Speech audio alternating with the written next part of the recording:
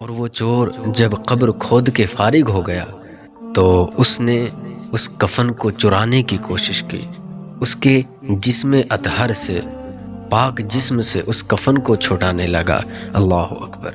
لیکن جب اس نے اس عورت کی کفن کو چھٹانے کی کوشش کی تبھی اس عورت نے اس کا ہاتھ پکڑ لیا۔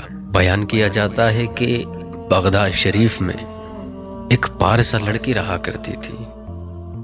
وہ اللہ کی اتنی معزز، اللہ کی اتنی فرما بردار بندی تھی نا کہ ہمہ وقت اللہ کی عبادت میں مشغول رہا کرتی تھی۔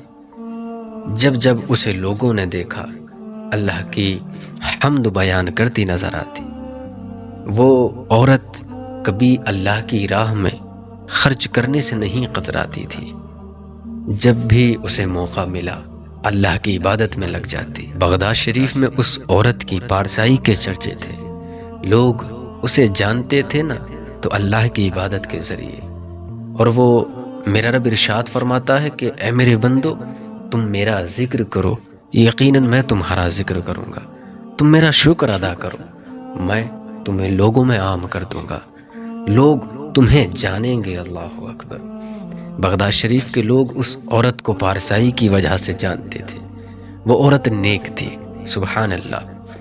اور بیان کیا جاتا ہے کہ جب اس کا انتقال ہوا، جب اس نے اس دنیا کو الوداع کہا، لوگ اس کی نماز جنازہ پڑھنے کے بعد اسے قبر میں اتارا اور اس کے دفینے کے بعد بغداد شریف کے تمام لوگ اس عورت کو دفنا کے اپنے گھر لوٹ آئے۔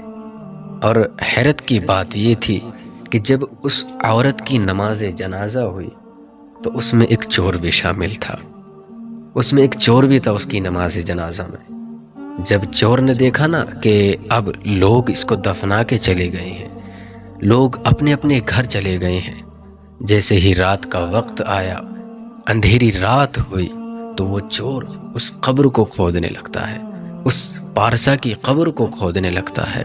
اللہ اکبر! اور وہ چور جب قبر کھود کے فارغ ہو گیا تو اس نے اس کفن کو چرانے کی کوشش کی، اس کے جسم اطہر سے، پاک جسم سے اس کفن کو چھٹانے لگا۔ اللہ اکبر! لیکن جب اس نے اس عورت کی کفن کو چھٹانے کی کوشش کی تبھی اس عورت نے اس کا ہاتھ پکڑ لیا۔ اللہ اکبر! اور ہاتھ جیسے ہی پکڑا اس چور کا، وہ ڈر گیا، کانپ گیا۔ یار یہ کیسے ممکن ہے کہ مرنے کے بعد کوئی زندہ ہو جائے؟ حیرت کی بات تھی، وہ چور کانپتا ہے۔ اللہ اکبر! لیکن وہ عورت کہتی ہے کہ اے نادان، تجھے شرم نہیں آتی کہ ایک جنتی ہو کر جنتی کے لباس کو چراتا ہے؟ اللہ اکبر! یار وہ حیرت میں تھا کہ یہ جنتی کہہ رہی ہے مجھے، میں نے تو پوری زندگی کفن چرائے ہیں، لوگوں کے سامنے میں ذلیل و خوار رہا ہوں، مجھے لوگ کفن چور کے نام سے جانتے ہیں، ہزاروں کفن چرائے میں نے، لیکن یار میں جنتی کیسے ہو گیا؟ اللہ اکبر! وہ عورت کہتی ہے کہ کیا تجھے خبر نہیں ہے، اللہ تبارک و تعالیٰ نے میری بخشش فرما دی ہے، اور جس نے میری نماز جنازہ پڑھی اللہ نے اس کو بھی بخش دیا۔ سبحان اللہ! یہ ہوتا ہے یار، آج اگر ہمارے یہاں کوئی کسی کا انتقال ہو جائے نا تو لوگ جنازے میں جانے کی ہمت بھی نہیں کرتے، لوگ اپنے آپ میں ایک گمراہی جان چکے ہیں۔